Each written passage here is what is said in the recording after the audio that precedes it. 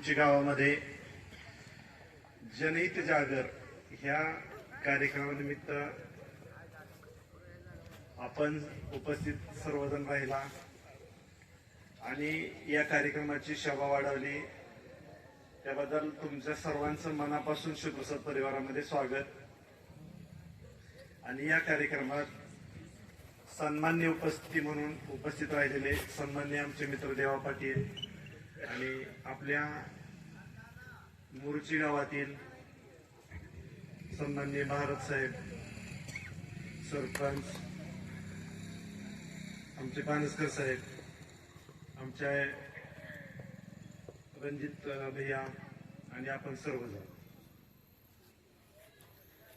मी काय 35 वर्षापासून आपण एक शेतकऱ्याचा पोरगाही न विसर पडता 35 वर्षामध्ये काय प्रवास केला, काय आयुष्यामध्ये जडणघडण करत असताना काय प्रसंग आले आणि त्यातून काय रस्तं कसं कसं तयार झालं आणि तेच प्रसंग माझ्या प्रत्येक इथं उपस्थित असणाऱ्या मोर्चीतील नागरिकांना फेस करावं लागतात।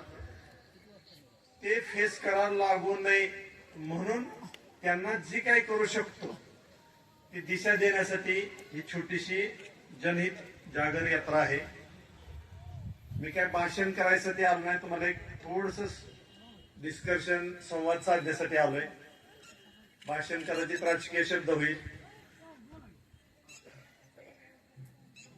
शिवप्रसाद दूध संघाच्या माध्यमातून, शिवप्रसाद बँकेच्या माध्यमातून, शिवप्रसाद कॅटल फीडच्या माध्यमातून, शिवप्रसाद म्हणजे एसपीजी इन्शुरन्स माध्यमातून आणि एक खिडकी योजना अशा एक 10 विषयावर तुमच्याशी डिस्कशन करणार आहे। त्यातील आपण काय करणं गरजेचं आहे ही थोडीशी दिशा देण्यासाठी आणि तुमचं हित जोपासण्यासाठी, तुमची प्रगती व्हावी म्हणून छोटासा जागर आहे। त्याच्यामध्ये ज्यावेळेस आपण शिवप्रसाद फूड्स कंपनी स्वतः प्रॉपरेटरी कंपनी आहे आणि तिची एक मदर कंपनी आहे। गेल्या काही दिवसापासून म्हणण्यापेक्षा 2021 पासून आपण स्वतःच्या पायावर आपला संघ उभा आहे किंवा आपल्या पोटापुरतं झालंय असं न म्हणता आपण इतरांच्या साठी काय करू शकतो म्हणून आपण शिवप्रसाद दूध संकलन, शिवप्रसाद महिला दूध संकलन योजना चालू केली। त्या योजनेमधील शेकडो शेतकरी बांधवांनी आपल्या मोर्चीमधून आपल्या शिवप्रसाद सेंटरांना दूध दिलं। त्यात 40 रुपये, 41 रुपये अशा पद्धतीने दर घेतला। शिवप्रसाद कॅटल फीड म्हटलं तर 100 रुपयांना आपण स्वस्त उपलब्ध करून दिलंय। आपल्या पतसंस्थेच्या माध्यमातून लिटरला 2000, 3000 अशा पद्धतीनं आपल्या शेतकरी बांधवांना लोन सहजरित्या उपलब्ध करून दिलंय।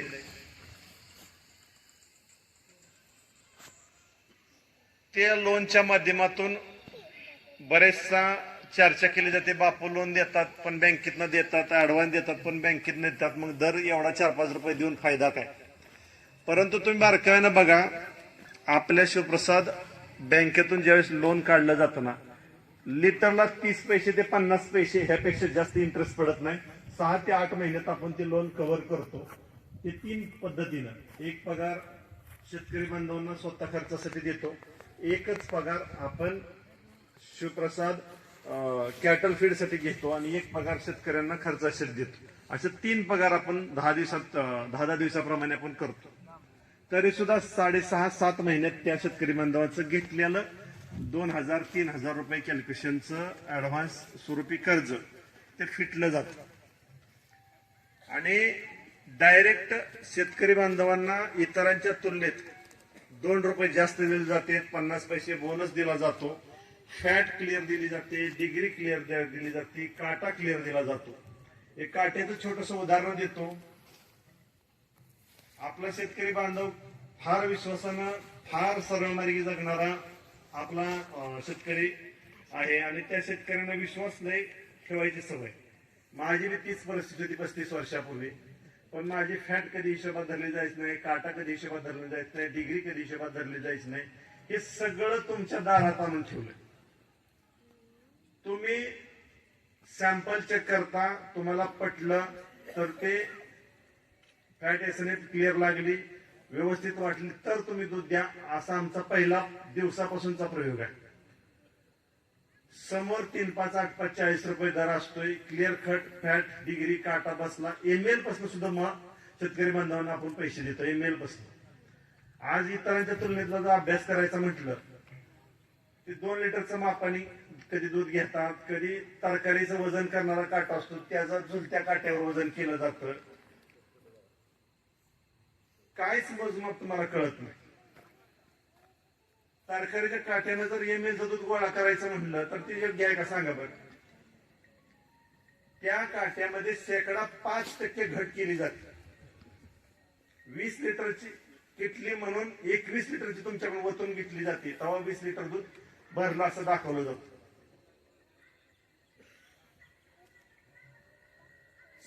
5 लिटर ज्यावेळेस तूट होती त्याचं कॅल्क्युलेशन करून टाका. आता ₹40 एका लिटरचा दर आहे. 5% घट बसली तर 100 लिटरला ₹200 नुकसान होतं. मग 100 लिटरला ₹200 नुकसान म्हणजे जवळजवळ लिटरला ₹2 तुमचं तिथंच काढून घेतलं जातं. फॅट 50 पैशाची कमी केली, काटा 50 एसआरएफ 50 पैशाचा कमी केला तर डायरेक्ट ₹3 तुमच्याकडून काढून घेतलं जातं. आणि शिवाय शिवप्रसादचं ₹2 जास्त आहे आणि शिवाय 50 पैसे आहेत. म्हणजे ₹5.5 तुम्हाला डायरेक्ट इनडायरेक्ट मध्ये तुम्हाला जास्त दिलं जाते. ज्या शेतकरी बांधवाचं 50 लिटर दूध अवरेज धरलं तरी 50 गुणिले 5 ₹5 धरा तरी ₹250 त्या शेतकरी बांधवाचं. त्यांनी फक्त शिवप्रसाद दूध संघाला दूध दिलं म्हणून ₹250 त्या बांधवाचं वाचतात. कॅटल फीड म्हणलं तर ₹100 स्वस्त मिळते. त्याला कॅटल फीड सुद्धा आम्ही 1 पैसा त्यात कमवत नाही. जशी बनवून घेतो तशी तुमच्या दारात आणून देतो. ती सुद्धा ₹100 तुम्हाला स्वस्त दिली जाते. तुम्ही कधी बघा शिवप्रसाद दूध संघाची पेंड इतरांच्या तुलनेत ₹100 स्वस्त असेल. शिवप्रसाद दूध संघाला जे उत्पादक दूध देतात त्यांना इतरांच्या तुलनेत ₹5 आसपास फरक पडत असत. ही कशामुळे शक्य झालंय तर शिवप्रसाद दूध संघ फक्त शेतकऱ्याकडून दूध नाही घेत, वनमॅनकडून नाही घेत, टँकरवाल्याकडून नाही घेत. तालुक्यात जिल्ह्यात 3 जिल्ह्यातून दूध शिवप्रसाद दूध संघाला येतं. 20-20 हजार लिटरच्या टँकरनं येतं. एक टँकरनं सप्लाय करणाऱ्या कंपनी 20-20 हजार 30-30 हजार 50-50 हजार लिटर दूध शिवप्रसाद दूध संकलन पोच करणारे लोक आहेत. समजा सोलापूरवरनं टँकर शिवप्रसादला दहेगाव मध्ये येतोय, त्यांची वाहतूक नुसती ₹1 जाते आणि तिथं त्या टँकर न दूध घेतो त्या शेतकऱ्यांना तिथं ₹2 जास्त त्या वनमॅनला द्यावा लागते. तिथला खर्च ₹1 असतो. असा ₹3-3.5 खर्च देऊन तो टँकर मला घ्यावा लागतो आपल्या डेअरीमध्ये. तो मधला गॅप काढून माझ्या शेतकऱ्यांना ती ₹3-3.5 वाढवून दिले. मी काही जादूची कांडी केली नाही, पण 1 लिटर दूध माझ्या शेतकऱ्यांचं त्याला ₹40 दर. 1 लिटर दूध त्या 20,000 लिटर टँकरचा जर देत असेल त्याला सुद्धा तोच रेट आहे. म्हणजे 20,000 लिटर दूध देणाऱ्याला तोच रेट, 1 लिटर दूध देणाऱ्याला तोच रेट. एवढा मधला प्रवास कट कोणासाठी केला तर ते तुमच्यासाठी केला. ज्या 35 वर्षात मी तुमच्यासारखाच उत्पादक होतो, कुठं कुठं कसं कसं पैसे वाचवायचं ह्या पद्धतीने विचार करून तुमचं ती पैसे वाचवल्यात. मी असं काही जगाईकडे केलं नाही की तुम्ही हाय समोर म्हणून तुम्हाला ₹3 जास्त देतोय. फक्त मधला वनमॅन काढून टाकला, टँकर सप्लाय काढून टाकली, मधली चेन कट केली.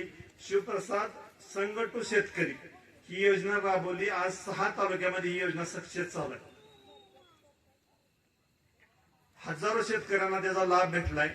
आणि अशाच शेतकरी बांधवाच्या छोट्या व्यथा ज्यावेळेस मला बोनस वाटपाच्या टप्प्यात 6 तालुक्यात बोनस वाटपत असताना सांगोल्यामध्ये गेल्यानंतर एक अशी घटना आली की बापू दुधाला दर चांगला बसतोय परंतु आमच्या शेतकऱ्यांसाठी आणखी काय करता येईल का. म्हणजे काय करायचं नक्की. तर मग तिथून अशी छोटीशी रिक्वेस्ट आली की बापू आपण जर आमच्या गाई 10% मर आहे म्हणजे 10 गाय मग 1 गाय 1 वर्षात मर होते आणि त्याचं शेतकऱ्याला नुकसान परवडत नाही. आपण एसपीजी इन्शुरन्स कंपनी स्थापन केली आतापर्यंत ह्या 2 महिन्यामध्ये हजारो शेतकऱ्यांच्या गायींचे इन्शुरन्स काढले गेले. 3,500 रुपये फक्त आपण घेतो, परंतु 3,500च्या बदल्यात 70,000ची गाय त्याला 15 दिवसाच्या आत द्यायची व्यवस्था ठेवली. 3,500 रुपये म्हणजे अवरेज 10 रुपये रोज जातात. नुसता 50 पैशाचा बोनस जरी म्हटलं ना, तर ज्या शेतकरी बांधवाचं मला 40 लिटर दूध आहे, म्हणजे ते 2 गायचं, समजा 20 लिटर गाय, एक अवरेजली 20 लिटर गाय दूध देत असेल तर 20 लिटरचा बोनस 10 रुपये होतोय. तेवढा बोनस एवढं जरी त्या शेतकऱ्यांनी फक्त ती गाय वाचायसाठी एक गायचा इन्शुरन्स काढला, 10% नुकसान वाचलं, तर ते शेतकरी बांधवाचं 60,000 ते 70,000 रुपये मर होणार पर्सेंटेज वाचलं. त्यानंतर पुढचा प्रश्न आला की इन्सिमिशन महाग बसतंय, इंजेक्शन महाग बसतात, गोळ्या औषध महाग बसतात. थोड्या दिवसामध्ये आपल्या नात्यापते दहेगाव रोडच्या दरम्यान कुठंतरी एखादं शॉप आपण पाहतोय. अगदी जनावरांचीच नाही पण माणसाची सुद्धा सर्व औषधं तुम्ही आश्चर्य कराल, डायरेक्ट कंपनी खरेदी करणार आणि डायरेक्ट मेडिकल मधून तुम्हाला दिली जाणार. तुमचं मिनिमम 20 ते 30% सेव्हिंग होणार नुसत्या औषधामध्ये. इन्शुरन्स मध्ये मदत होती, औषध उपचारामध्ये मदत होती, पतसंस्थेतून मदत होती. त्यानंतर तुम्ही कर्ज घेता, त्याचा परतफेडीचा हप्ता आपण सविस्तर देतोय, दुधाचा दर चांगला देतोय. एवढ्या न थांबता आपण एक खिडकी योजना म्हणजे काय की आपल्या माळशिरस तालुक्यात जे शासनातर्फे ज्या योजना राबवल्या जातात, मग तुमचं ते आधार कार्ड असू दे, पॅन कार्ड असू दे, किंवा ज्या शासनाकडून अनेक योजना राबवल्या जातात, मग तुमचे विधवा महिलांसाठी असेल, ज्येष्ठ नागरिकांसाठी असेल, लाडकी बहीण योजना असेल, किंवा शासनाकडून आपल्याला वेगवेगळ्या योजना म्हणजे काय की समजा आता आपल्या शेतकरी बांधवांना गाय गोठा उभा करायचा, त्यांना लोन उपलब्ध करून देणे, त्यांना सबसिडी मिळवून देणे. नुसतं गाय गोठाच नाही, आता आपण समजा इथे एक 400-500 जण आहेत, या 400-500 जणांपैकी जरी कोणी म्हणलं आम्हाला 100 जणांना शेळी पालन करायचं, त्यांना लोन मिळवून देणे, त्यांना सबसिडी मिळवून देणे, त्यांची फाईल तयार करून देणे. कुणाला वाटलं कुक्कुटपालन आपल्याला उभा करायचंय, जी कुक्कुटपालन मध्ये बॉयलर एक प्रकार असतोय, देशी कोंबडी एक प्रकार असतोय, आणि काही कोंबड्या असतात ते फक्त अंडे देतात. असे 3 प्रकारचे जरी कुक्कुटपालन करायचं म्हणलं तरी त्यांना लोन मिळवून देणे, फाईल तयार करून देणे, त्यांना सबसिडी निर्माण करून देणे, त्यांना धंद्याचं ट्रेनिंग देणे. समजा कुणाला आता आपल्या शेतकरी बांधवांना एक 10 गाय 20 गायचा गोठा उभा करायचा आहे, त्यांना सुद्धा लोन मिळवून देणे, सबसिडी मिळवून देणे, धंद्याचं ट्रेनिंग देणे. ह्या यात्रेचा उद्देश एकच आहे की प्रत्येक गावामध्ये फक्त दुधाबद्दल, इन्शुरन्स बद्दल, बँकेबद्दल आपलंही वैयक्तिक कंपन्या झाल्या, परंतु ह्याच्या नंतर सुद्धा 100 तरी उद्योजक आपल्या प्रत्येक खेडेगावामध्ये, आपल्या मोरुचीमध्ये 100 तरी उद्योजक तयार करायची आमची मानसिकता. त्याच्यामध्ये तुम्ही कुठंच नाही जायचं. तुम्हाला काय अपेक्षित आहे की बाबा मला, तुम्ही फक्त एक फॉर्म्युला घेऊन यायचा, तुम्हाला काय आवडेल.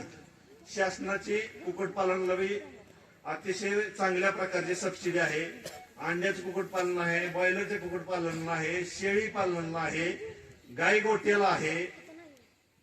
आपल्या शेतकऱ्यांसाठी एवढे जरी उद्योग आपण उभा करण्याचा प्रयत्न केला तरी सर्व उद्योगाचं तुम्हाला कर्ज मिळवून देणे, सबसिडी मिळवून देणे आणि तुम्हाला ट्रेनिंग बी देणे, त्यांची फाईल कशी तयार करायची, कुठल्या बँकेतनं कर्ज काढून द्यायचं. गेल्या 35 वर्षात पहिलं माझं प्रकरण 5,000 होतं चंद्रभाऊ पतसंस्थेत. आज आपले शिवप्रसाद जवळजवळ 50-50, 100-100 कोटी कर्ज काढतंय, 10-10 कोटी सबसिडी घेतंय. माझ्या एकट्याचं कल्याण नक्की होते, परंतु आपल्या मोरुचीत 100 तरी उद्योजक तयार व्हावीत. ह्या यात्रेचा उद्देश एकच आहे, फक्त दूध मागणे, बोनस देतो, एफडी ठेवा, एवढं नाही बोलायचं. ह्याच्या व्यतिरिक्त सुद्धा इकडे शासनाचे सबसिडीचे उद्योग आहेत जे शेतकऱ्याला पूरक आहेत, ते उद्योजक आपल्या मोर्चीतनं व्हावे ती, आणि आपल्या मोर्चीत 100 उद्योजक तयार व्हावे ती, एकदम प्रामाणिक हेतून हार्ट टू हार्ट बोलण्यासाठी तुमच्यापाशी आलोय. याच्यामध्ये तुमचं कुठल्याही प्रकारचं अर्थकरण घेतलं जाणार नाही. समजा एखाद्या महिलेला एखादा छोटा उद्योग करायचा, तिला फाईल तयार करून देणारे बी सीए आमचीच असतील, कर्ज मिळवून देणारी माणसं आमचीच असलेली, सबसिडी मिळवून देणारी माणसं असलेली. फक्त सबसिडी मिळवून देण्याचं काय पर्सेंटेज असेल त्या व्यक्तीला डायरेक्ट द्यायचं. कर्ज घेताना कुठेही पैसे लागत नाहीत. फाईल तयार करून घेताना त्या सीएचा काय खर्च असेल फाईल बनवायचा, तेवढा त्यांनी सीएना डायरेक्ट त्या देऊन टाकायचं. परंतु शिवप्रसाद परिवारात तिथं जे बँकेमध्ये लोक बसलेले, शिवप्रसाद अर्बन मध्ये, तुमच्या कुठल्याही प्रकारचा 1 रुपया सुद्धा स्वीकारला जाणार नाही. त्यामुळे काय होईल, कुणाला टॅक्स भरायची माहिती नाही, कुणाला फाईल बनवायची माहिती नाही. जी मी 35 वर्ष स्वतः त्या जेव्हा काम केले, मला काय अडचणी आल्या आणि कशा पद्धतीने सॉल्व्ह केल्या, आणि माझ्यावर 35 वर्षापासून कोण कोण लोक होती, त्यातलं महत्व सांगायला म्हणजे सगळी लोक आपल्याच तालुक्यातले, कर्ज देणारे बी, सबसिडी देणारे बी, मदत करणारे बी, सगळी, कुठेही बाहेर जायची गरज पडत नाही. आपलीच माणसं थ्रॉट महाराष्ट्र पसरलेले, फक्त आपल्या माणसांना आपल्या माणसापाशी पोहोचवायचं, एवढाच दुवा बनण्याचा आमचा हेतू आहे. प्रत्येकाच्या डोक्यामध्ये काय की बापू आले म्हणजे समजा बापू राजकीय काहीतरी प्रचार करतील, असं काय सुद्धा डोक्यात आणलं. राजकारणाचं लय मला फार कौतुक आहे असं अजिबात नाही. तुमच्या समोर बऱ्याच गोष्टी माझ्या चढ उतार आयुष्यात तुम्ही सगळं बघताय, ऑब्झर्वेशन करताय. राजकारण हा पार्ट आजच्या मिटिंगचा नाही. ज्यावेळेस आचारसंहिता लागते ना, त्या दिवसापासून आचारसंहिता संपेपर्यंत राजकारण एवढंच ठेवते. तुम्ही जर ते 5 वर्ष दाबून ठेवलं ना, तर त्यात 100% तुमचं नुकसान. तुम्ही निवडून दिलेले उमेदवार, मग ते आमदार असतील, खासदार असतील, जिल्हा परिषद सदस्य असतील, पंचायत समिती सदस्य असतील, सरपंच असतील किंवा सदस्य असतील, योग्य वेळी त्यांची सर्वांची मैत्री सुंदर असते देणार. योग्य वेळी जसं महाराष्ट्राच्या विधिमंडळात चाललं जातं. बाहेर मात्र माईकवर तुटस्तर बोलते. आत गेल्यावर चहा पाण्याचा कार्यक्रम, एन्जॉय असतो एकमेकाचा. 228 जणांनी व्यवस्थित सगळं नियोजन लावायचं असतं आणि आपण सगळ्यांनी फक्त बघत बसायचं असतं. आपण मात्र डोकी फोडायची एकमेकाची, अजिबात जमणार नाही. तू इकडलाय, मी इकडलाय, तुझा काय संबंध, माझा काय संबंध. त्यांनी एकमेकाची पार्ट्या 4 एकत्र केल्या तरी चालतात. आपण मात्र कुणी कुणाकडे गेलेला अजिबात चालत नाही. मी माझ्या पवित्र हेतून आलोय. ह्याच्यामध्ये राजकारण हा विषय अजिबात नाही. फक्त राजकारणी त्या लेवलला जाऊन किती अतिशय सुंदर वातावरण मेंटेन करून आपापल्या प्रगतीच्या दृष्टीने रस्ता मोकळं करते. आपण मात्र फाटी वडून राहतो. नाही कशाला बापाच्या बँकेत जायचंय. माझ्या बँकेत ठेवणारा जी काही व्यक्ती आहे त्या वर्षभरात सांगतोय 2 वर्षामध्ये 50 कोटीचा टर्नओव्हर झालाय. मला माहित सुद्धा नाही एफडी माझ्या बँकेत कोणी ठेवली. मी एकदा एफडी ठेवायला नाही की फोटो काढाय नाही की मला माझ्या बँकेतनं लोन कोणी घेतलंय, एफडी कोणी ठेवली ही सुद्धा मी बघितलं नाही. माझ्या शिवप्रसादला दूध कोण घालतंय, कोण नाही घालत, काय सुद्धा माहित नाही. ज्यावेळेस कधी प्रसंग येतो त्या टाइमला ह्यांना भेटतो, गप्पा मारतो. माझा सिरियस आग्रह कधी नसतो की तुम्ही 100% असंच केलं पाहिजे. आपल्या माझ्या वडिलांच्या प्रथम पुण्यस्मरणाला सुद्धा तुम्ही बघितलं असेल. तालुक्यातल्या सर्व पार्ट्याचे सर्व नेते आपल्या कार्यक्रमाला आले. पण राजकारणाच्या टप्प्यात आम्ही आमची कामे केली का नाही. पण ज्याच्या टाइमला जिथे काम केलं पाहिजे आपण फाटी वडून राहू नका, आपला विकास करून घ्या. माझा प्रामाणिकपणे हेतू आहे की 100 उद्योजक तरी आपल्या मोर्चे तयार झाले पाहिजे. त्या उद्योजकांना मी विचारणार नाही तू कुठल्या पार्टीचा आहे, मला त्याच्याशी काय देणं घेणं नाही. ज्या तरुणांना उद्योग करायचे त्या उद्योगांना जी काय माझ्याकडून बळकटी देता येईल ती मी 100% देईन. ती मी गेले 35 वर्ष झालं केले. मी तुम्हाला मी जी केलं नाही ती नाही का सांगणार काय. मला जे माहित आहे, मी जे करू शकतो तेच तुम्हाला बोलणार आहे. आपण फक्त ही यात्रा फक्त विकासाची यात्रा आहे, जागृती आहे, एवढं समजून चालू. याच्यामध्ये कुठल्याच कमेंट्स आणत बसू नका. इन्शुरन्स मध्ये पायाची जी आपली प्रत्येक प्रकारची सजीव वस्तू आहे का निर्जीव वस्तू आहे, सगळ्या प्रकारच्या आपल्या कंपनीतून इन्शुरन्स काढले जातात. इन्शुरन्स ह्या गोष्टी इतक्या महत्वाच्या आता झाल्यात. कदाचित कुणाचं काय ऍक्सिडेंट घडतात, गाय जाते, माणसाची जीवितहानी होते, आणि काय घडतंय, कंपनीच्या पर्सनॅलिटी इन्शुरन्स असतात. खूप गरजेचं आहे. तुम्हाला इन्शुरन्स फायद्याचा आहे, कॅटल फीड फायद्याचे आहे, दूध व्यवसाय फायद्याचा. इथं फायद्याशिवाय दुसरं तुम्हाला काही बोललं जात नाही. आणि मी एवढं सगळं करत असताना मी काय संत तुकाराम नाही. मी माझा बिझनेस करूनच करतोय. भले बाकीचे 1 रुपये कमवत असतील, मी 50 पैसे कमवतो. इन्शुरन्स काढत असताना लोक 1000 रुपये कमवत असतील, मी 100 रुपये कमवतो. मी फक्त तुमच्या संग अल्प दरात जास्तीत जास्त सुविधा कशा देता येतील ह्या पवित्र भावनेने तुमच्या संग बघतोय. ह्याच्यामध्ये डेअरीतून काय फायदा करता येईल, माझ्या मल्टीजेट संघातून काय फायदा येईल, ऍडव्हान्स तुम्हाला देऊन काय करता येईल, दूध व्यवसाय करताना काय करता येईल, शेतकऱ्यांच्या पशुसाठी काय करता येईल, ऍडव्हान्स कसे देता येतील.